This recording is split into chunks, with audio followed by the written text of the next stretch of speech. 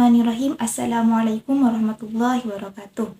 Perkenalkan, nama saya Lina Maufirah, Fakultas Tarbiyah dan Ilmu Keguruan, Program Studi Pendidikan Bahasa Arab.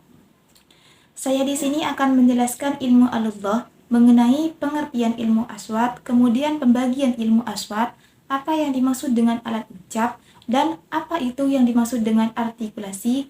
Terakhir, saya akan menjelaskan tentang cara mengklasifikasikan bunyi.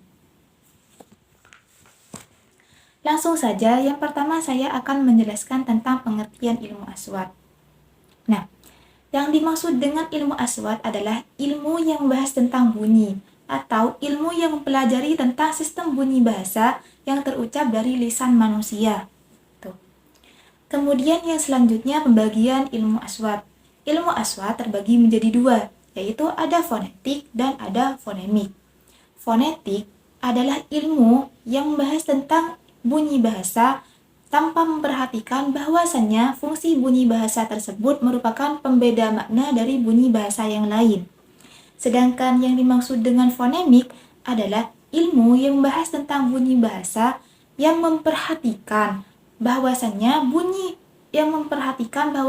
fungsi bunyi bahasa tersebut merupakan pembeda makna dari bunyi bahasa yang lain. Tuh.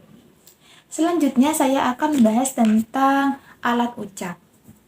Nah, yang dimaksud dengan alat ucap adalah organ bagian luar dari pangkal tenggorokan yang merupakan ruang akustik atau filter bunyi yang digetarkan oleh pita suara atau bagian tubuh yang ikut menentukan baik secara langsung atau tidak langsung. Nah,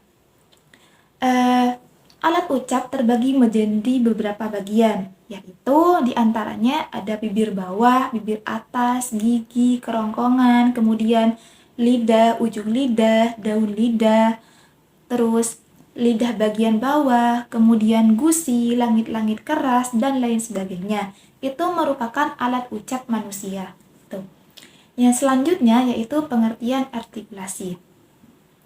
Yang dimaksud dengan artikulasi adalah cara yang digunakan untuk mengungkapkan lambang-lambang bunyi bahasa yang sesuai dengan pola-pola yang standar agar dipahami oleh orang lain. Nah, dalam proses artikulasi terdapat dua artikulator, yaitu artikulator aktif dan artikulator pasif. Nah, yang dimaksud dengan artikulator aktif adalah alat ucap yang bisa bergerak dan bisa digerakkan.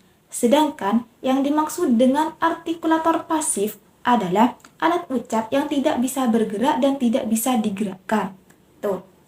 Contohnya artikulator aktif adalah bibir bawah, ujung lidah, daun lidah, dan lain sebagainya. Sedangkan contoh dari artikulator pasif adalah gigi, kemudian langit-langit keras, dan bibir atas, dan lain sebagainya. Yang terakhir saya akan membahas tentang klasifikasi bunyi. Nah, dalam klasifikasi bunyi terbagi menjadi tiga, yaitu ada klasifikasi vokal, klasifikasi bunyi rangkap atau diftong, dan yang terakhir klasifikasi konsonan. Yang pertama saya akan menjelaskan tentang klasifikasi vokal. Nah, vokal adalah bunyi yang terjadi karena udara yang keluar dari paru-paru tidak mendapatkan halangan atau hambatan. Contohnya bunyi A, I, U, E, O. Nah, A, I, U, E, O di sini terjadi karena udara yang keluar dari paru-paru tidak mendapatkan halangan. Gitu.